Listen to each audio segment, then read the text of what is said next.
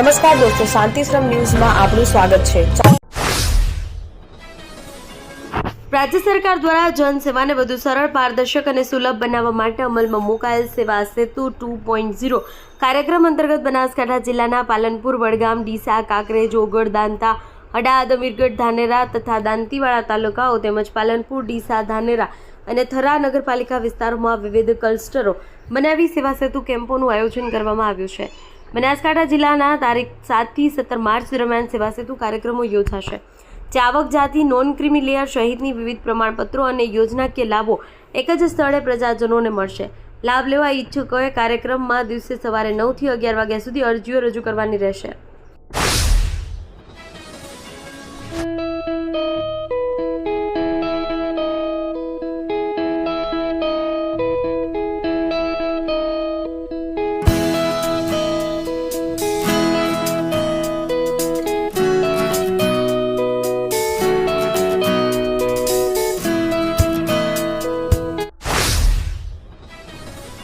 Jalaram go સત્સંગ મંડળ ડીસા દ્વારા રૂપિયા 12,17,000 ગો સેવા અર્પણ કરાઈ। છેલ્લા 8 વર્ષથી ડીસા નગરમાં નિયમિત દર વર્ષે ગુરુવારે પૂજ્ય જલારામ બાપાના ભજન સમગ્ર સનાતન હિન્દુ સમાજમાં વિવિધ પરિવારોમાં થાય છે। ભજનના માધ્યમ થકી તમામ આવક ગૌશાળા હેતુ જ વાપરવામાં આવે છે। તાજેતરમાં વેલજીભાઈ હેમાભાઈ સુથાર પરિવારના નિવાસસ્થાને પૂજ્ય જલારામ બાપાના ભજનમાં રૂપિયા 11 લાખની ગો સેવા કલ્યાણ ગો માતા હોસ્પિટલના નિર્માણ હેતુ રાજારામ ગૌશાળા ટેટુડાને અર્પણ કરવામાં આવી હતી।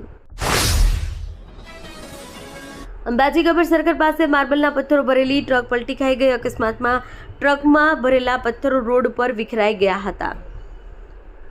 આ ટ્રક અંબાજીથી રાજસ્થાન તરફ જઈ રહી હતી। અકસ્માત સમયે ટ્રકની બાજુમાંથી પસાર થઈ રહેલા બે અન્ય વાહનોને પણ નુકસાન થયું હતું। રોડ પર મોટી સંખ્યામાં પથ્થરો વિખરાઈ જતા થોડા સમય માટે વાહન વ્યવહાર ખોરવાઈ ગયો હતો।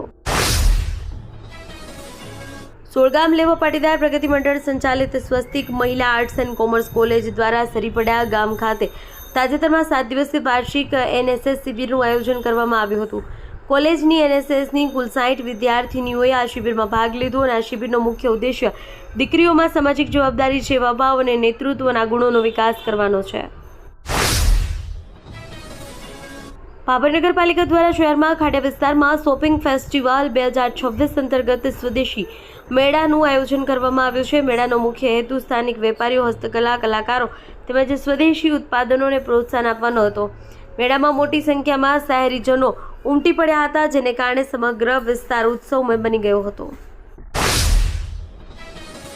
Simco Sunlight paints, Simco Sunlight paints કવિન સાફ્ટર મશીનથી કલર બનાવનાર નવીન ઘરને સુશોભિત કરવા એકવાર અવશ્ય મુલાકાત લો। Simco Sunlight paints, Simco Sunlight paints. ગુજરાતના પોલીસ વિભાગે બનાસકાંઠાના ઇતિહાસમાં પ્રથમ વખત જિલ્લાના મુખ્ય મથક પાલનપુરમાં આઈજી રેન્જના અધિકારીની પોસ્ટ આપી છે, જે પ્રથમ આઈજી અધિકારી તરીકે ગાંધીનગર સીઆઈડી ક્રાઇમના આઈજીપી તરીકે ફરજ બજાવતા આઈપીએસ અધિકારી પરીક્ષિતા વી રાઠોડની નિમણૂક કરી છે। બનાસકાંઠા વાવથરા જિલ્લામાં 31, પાટણમાં 14 પોલીસ મથકો હવે 320 કિલોમીટર દૂર ભુજને બદલે 100 કિલોમીટરની અંદર પાલનપુર રિપોર્ટ કરશે।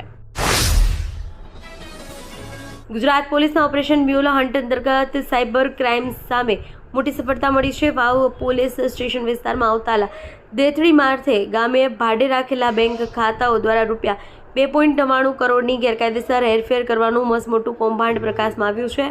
પોલીસે આ મામલે 2 ભાઈઓ સહિત કુલ 6 શખ્સો સામે ફરિયાદ નોંધી કાયદેસર કાર્યવાહી હાથ ધરી છે।